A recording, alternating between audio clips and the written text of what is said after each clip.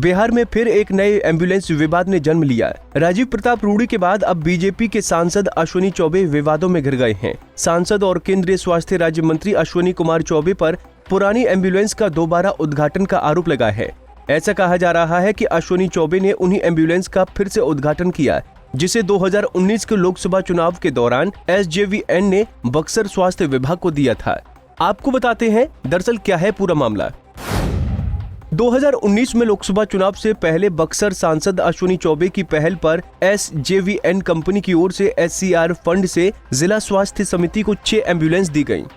चुनाव जीतने के बाद केंद्रीय मंत्री ने सभी एम्बुलेंस वापस HLL कंपनी को सौंपने का निर्देश दिया, लेकिन लोगों के विरोध के कारण कंपनी एम्बुलेंस को बक्सर से बाहर नहीं ले जा पाई। इस कारण 1 साल से एम्बुलेंस सदर अस्पताल के कैंपस में धूल फांकती रही। इन्हीं एम्बुलेंस को कोरोना काल में दूसरी योजना के तहत काम में लाया गया। उस वक्त भी केंद्रीय मंत्री ने इसका उद्घाटन किया। 2021 में अश्विनी चौबे ने बक्सर सिविल सर्जन को 5 एम्बुलेंस धनुष फाउंडेशन को हैंडओवर करने के लिए कहा। ऐसे में सभी एम्बुलेंस को बक्सर से बाहर भेजा गया।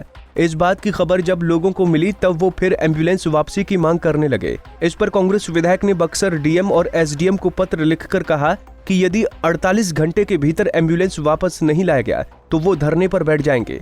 ऐसे में सभी 5 पुरानी एम्बुलेंस पर नया पोस्टर लगाकर बक्सर लाया गया और उसका शनिवार को एक बार फिर अश्विनी चौबे ने वर्चुअल माध्यम से फिर उद्घाटन किया।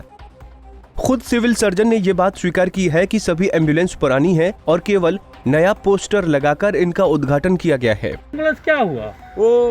वही एम्बुलेंस जो है ये धनुष फाउंडेशन को हैंडओवर कर दिया गया और वही अभी जो धनुष फाउंडेशन पर इसको लॉन्च कर रहे हैं। तो इस पर किसका नियंत्रण होगा?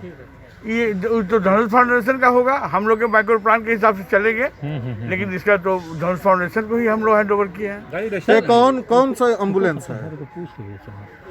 ये वही जो यही एम्बुलेंस है जो कि धनुष फाउंडेशन को हैंडओवर किया गया था। सर, हैंडओवर करने के लिए किसने कहा था आपसे? केंद्रीय मंत्रालय का आदेशानुसार इसे हैंडओवर किया गया था। ठीक है सर। बस इनका कहाँ पर कौन सा 5 एम्बुलेंस क्या है?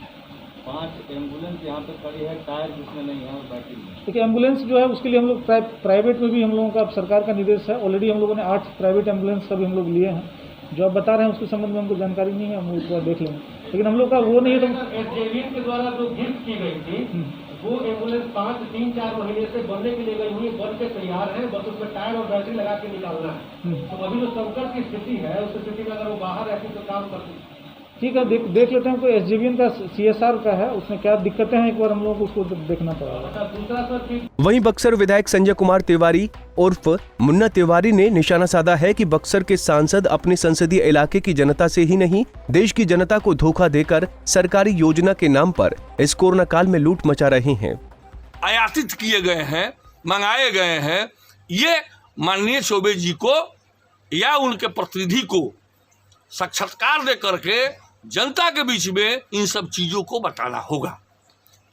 इस महामारी के समय में भी वो अभी कहीं देखिए, अपनी राजनीति चमकाने के लिए विभिन्न तरीके से ये लोग जनता को गुमराह कर रहे हैं और जनता अब ये समझ चुकी है पूरे भारत की, पूरे बक्सर की, कि हमें अब क्या करना है। तो सीधा सवाल ये है कि अब जनता को ये उल्लू बनाने का काम, GDP दर कहाँ है, बेरोजगारी कहाँ है, गैस पेट्रोल डीजल कहाँ है, जिन चीज़ों पर ये लोग सत्तासीन हुए थे, आज वही चीज़ दोगुनी तिगुनी कीमतें हो चुकी है और उससे राह भटकाने के लिए ये नए नए तरीके इजाफा कर रहे हैं और पब्लिक को मूर्ख बनाने का काम कर रहे हैं। और पब्लिक अब मूर्ख बनने वाली नहीं है, पब्लिक अब चेत चुकी है।